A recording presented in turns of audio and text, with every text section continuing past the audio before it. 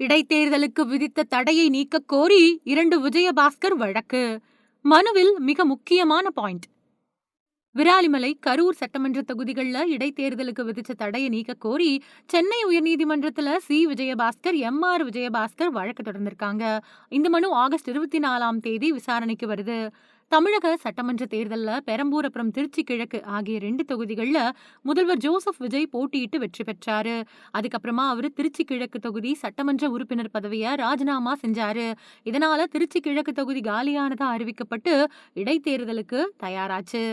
அதிமுக எம்எல்ஏக்கள் Madurantakam MLA Maragatham Kumaravel, Perundurai MLA S. Jayakumar, Dharapuram MLA P. Sathyabama, Ambasamudram MLA Isakki Subbaiah, Karur MLA M R. Vijayabaskar, Viralimalai MLA C. Vijayabaskar இவங்க அவங்களோட MLA பதவிகளை அடுத்தடுத்து ராஜினாமா செஞ்சு தாவேகாவில் இணைஞ்சாங்க. இதனால திருச்சி கிழக்கு உட்பட 7 தொகுதிகளுக்கு இடைத்தேர்தல் நடைபெறும் அப்படின்னு எதிர்பார்க்கப்பட்டுச்சு.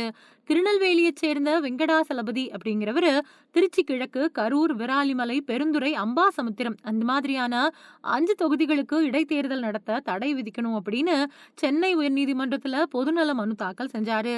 அந்த மனுவில் வேட்பாளர்களோட வெற்றியை எதிர்த்து தாக்கல் செய்யப்பட்ட தேர்தல் வழக்குகள் நீதிமன்றத்துல நிலுவையில இருக்கிறப்போ இடைத்தேர்தல் அறிவிப்பை வெளியிட தேர்தல் ஆணையத்திற்கு தடை விதிக்கணும் அப்படின்னு கோரியிருந்தாரு. அந்த மனுவை விசாரிச்ச உயர்நீதிமன்றம் திருச்சி கிழக்கு, கரூர், விராலிமலை, பெருந்துறை, அம்பாசமுத்திரம் இந்த மாதிரியான 5 தொகுதிகளுக்கு இடைத்தேர்தல் அறிவிக்க தேர்தல் ஆணையத்துக்கு தடை விதிச்சு உத்தரவிட்டது. இந்த தடை ஆகஸ்ட் 24ஆம் தேதி வரைக்கும் நீட்டிக்கப்பட்டிருக்கு. இந்த நிலையில இந்த தடையை நீக்கணும் அப்படின்னு கோரி விராலிமலை தொகுதி முன்னாள் எம்எல்ஏ சி. விஜயபாஸ்கர் அப்புறம் கரூர் முன்னாள் எம்எல்ஏ எம்.ஆர். விஜயபாஸ்கர் இவங்க சென்னை உயர்நீதிமன்றத்துல மனு தாக்கல் பண்ணிருக்காங்க. சி. விஜயபாஸ்கர் கொடுத்த மனுவில் தேர்தல்ல 2வது இடத்தை பிடிச்ச தாவேகா வேட்பாளர் முருகேசன் தேர்தல் வழக்க தாக்கல் செய்யல. மாறா 3வது இடத்துல இருந்த திமுக வேட்பாளர் செல்லப்பாண்டியன் தான் தேர்தல் வழக்க தாக்கல் பண்ணிருக்காரு. அதனால ஒருவேளை என்னோட வெற்றி செல்லாது அப்படின்னு அறிவிச்சாலும் கூட திமுக வேட்பாளரை வெற்றி பெற்றவரா அறிவிக்க வாய்ப்பில்லை. ஏன்னா அவரு 3வது இடத்துல இருக்காரு. அது மட்டும் இல்லாம தேர்தல் வழக்க தாக்கல் செய்யறதுக்கு முன்னாடியே நான் என்னோட பதவியை ராஜினாமா பண்ணிட்டேன்.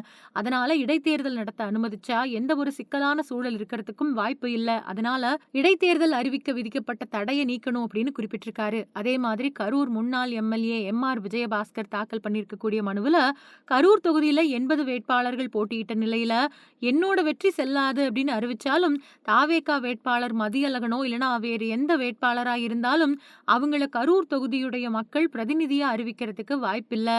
தேர்தல் வழக்கு நிலுவையில இருக்குது அப்படிங்கிற ஒரே காரணத்துக்காக தொகுதி மக்கள் பிரதிநிதி இல்லாம பாதிக்கப்படக்கூடாது.